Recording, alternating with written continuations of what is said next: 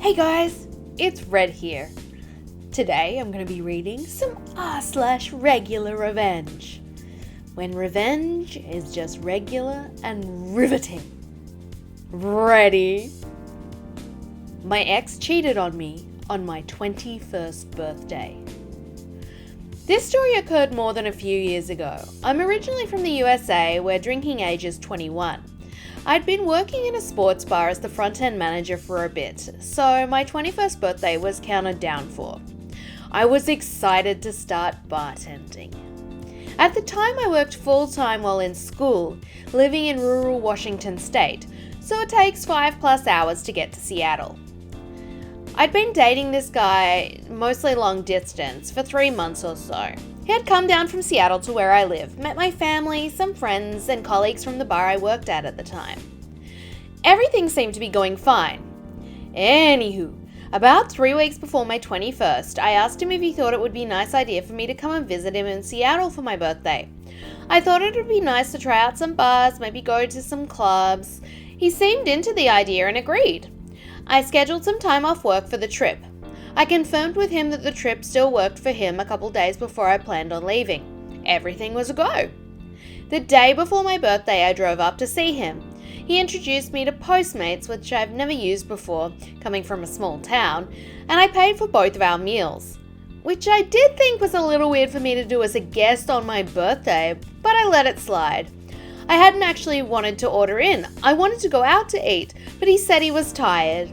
We had a bottle of wine after and called it a night. Not exactly what I had pictured for the evening before my 21st, but whatever. The next day, he suggested we get pizza. I like pizza, but I have celiac disease and didn't want to spend a bunch of time on the toilet that day. So I made some suggestions that offered gluten-free pizzas. He turned them all down and insisted we go to this pizza place he liked. I reluctantly agreed. We spent most of the day chilling at home, even though at this point I had voiced that I wanted to go bar hopping. He brushed me off. Later that same day, he said one of his friends had broken up with her girlfriend and that he should go and be there for her. He didn't invite me. So I told him the generic answer. If that's what you really feel like you should be doing right now, on my birthday. I was obviously getting increasingly frustrated at this point, but I figured it was better to let him go than have him spend the day with me if he didn't want to be with me on my birthday. I had thought he would be gone for maybe a few hours, but nah. This dude was out all night with her, tagging his location with her at various clubs all effing night. He didn't text me, even though I tried to get a hold of him multiple times. So at some point in the night, I'm livid and super sad at his apartment, alone with his roommates whom I didn't know. Luckily, they were really nice. They said they didn't realize I was his girlfriend and that he'd had other girls over previously in the past couple of weeks. I ended up getting absolutely wasted with them, opening a bottle of 151 that I'd been saving, and took all the fancy ice cubes out of his trays in the freezer. He had Mario and various other special trays, and purposefully didn't refill anything. He never returned that night, and I ended up crying myself to sleep alone. The next morning, I woke up late, around 11, and he still wasn't home. I was so upset that I had wasted my birthday with this fool who clearly didn't care about me at all, especially when I had plenty of friends at home who would have loved to spend it going out with me. At this point, I'm sitting in the apartment alone, thinking about what I can get away with without getting in any legal trouble. My ex was someone who loved to collect Lego. Expensive themed socks running up to $20 a pair, gaming consoles, figurines, and he always bragged that there wasn't a hot sauce spicy enough for him. So, he had the hottest one on the market in his fridge. I obviously wasn't going to throw his gaming consoles out the window because I would surely get in trouble for that. So I got creative. I surely wouldn't forget the dude who ruined my 21st, so I had to give him something to remember me by. I took all his expensive happy socks and cut the toes out of them. So every time he put on a pair, he would be disappointed to find his toes came out. I left Lego in the toes of his shoes on the ground. I put hot sauce in his body wash and toothpaste. I rearranged all his figurines. I cut nipple holes in his favourite shirt that he'd been bragging about. I left a hole in his new boxers big enough for him to fall through. Then I gathered what was mine. It was about 1:30 and I hadn't heard from him at all. And I left. Important to note, he didn't share a bathroom with his roommates. I'd made sure what I did didn't have any unintended victims. He later texted me when he got home, complaining that I had cut up $600 worth of socks and underwear, and don't think I didn't notice the other weird stuff you did. No apology whatsoever about leaving me behind on my birthday. Wow. What a jerk. Oh my god. Oh yeah, come and stay with me for your birthday. Okay, bye. Okay. Are you ready for another story? I don't know why I made a voice then, but I did. So anyway, revenge on a jerky neighbour. I used to live in a modular housing community, aka trailer park. That was basically a quiet retirement community with little traffic, crime or animosity between neighbours. Good ownership and management kept it that way and everyone was happy living there. The police would occasionally cruise through, but only because they enjoyed spending some quiet time in an area of town that wasn't riddled with crime. It was a break for them, and we enjoyed having them there mostly to talk baseball and exchange jokes with.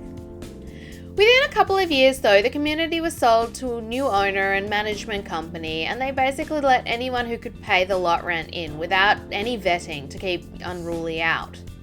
The place went to hell within 3 months with loud parties at night and plenty of crime, with the police there literally every night shutting down parties, arresting drug dealers, investigating break-ins and such. I lived at a space that was located at the top of where two roads connected to form a T, a dead-end intersection, and one of our new tenants liked to drive their ridiculously lowered vehicle with an exhaust system that amplified the engine noise to its loudest through the park late at night and do a nightly U-turn over my lawn and driveway so they could head back down the road they just came up. I'm guessing primarily to double the noise in the neighbourhood while avoiding having to turn too sharply with their modified suspension by driving over my lawn. This repeatedly happened, and sometimes tyre tracks were as much as 3 to 4 feet over the road onto my lawn and across my driveway. The lawn actually belonged to the park, but it was my contractual responsibility to keep the lawn and the rest of the property looking nice. So naturally, I was PO'd at having to repeatedly fix my lawn because the jerk down the street enjoyed driving on it and tearing it up. I went to the park's new management, complained about the damage the new neighbours were doing to my lawn, and got the typical trifecta response. First, we don't care because it's really park property and you still have to maintain it. Second, we don't care because we want the increased lot revenue from the new tenants more. And third, stop being a Karen and suck it up and shut up because we don't care since you're on an old contract at a low fixed rental rate that we can't legally jack up through the roof. Now, the revenge part. I reread my contract closely to make sure I was within my tenant rights relating to the temporary landscape improvements, and went to the river to find 2 large, smooth river rocks that had just the right shape and weight as temporary landscape improvements, 4 to 6 inches high and weighed at least 25 pounds each. After a couple of hours, I found just the right ones and hauled them home and painted them green to match the lawn, painted some decorative flowers on the side and plopped one down in each corner of my lawn and driveway. We shall say purely for aesthetic enhancements. About 2 a.m. that night, I could hear the jerk with the super loud exhaust pipe on his car with a ridiculously lowered suspension coming down the road to perform his usual U-turn over my lawn. I sat in my darkened house, watching with glee as he ran up over the rocks, got high-scented and had to jack up the car to get the rocks out from underneath. They also knocked his suspension loose with one front tire aiming off in a slightly different direction than the other and completely detached the super loud exhaust pipe that the jerk had to chuck in the backseat of his car. The best part was watching him slowly limp his now very quiet but squirrely steering car back down the road in the direction it came. The next day in the afternoon, surprisingly, the park manager knocked on my door and said they'd received a complaint that I had damaged another tenant's vehicle by placing rocks in the road and wanted an explanation. I grabbed my park contract and showed them my new decorative landscape enhancements placed fully within the borders of my lawn. I made it a sickeningly repetitive point to make sure that the park manager saw both the tire tracks and the resulting damage to my lawn, the scratches on the undercarriage did to my new decorative rocks, and the section in my contract regarding temporary landscape improvements. And I explained the rocks were there to stay until I got eviction papers. I never heard super loud pipes or from the manager again, and my lawn remained perfect after that. That would be so annoying to have someone consistently driving across your lawn really loud and late at night if 2 a.m. is the time they're driving. What the heck? Ugh. Some people just really, really want people to notice them. And apparently this guy was one of those people. But that's a nice way to get revenge without actually doing anything that can get you in trouble. It's actually pretty malicious compliance-y too, I guess. Anyway, that's all I have for you today. I hope you enjoyed those r/RegularRevenge stories. Read by Red, that's me. Please give the video a like if you did. And don't forget to subscribe as well, because I know you like me, and I like you. Thanks so much for watching today. Have a good rest of your day.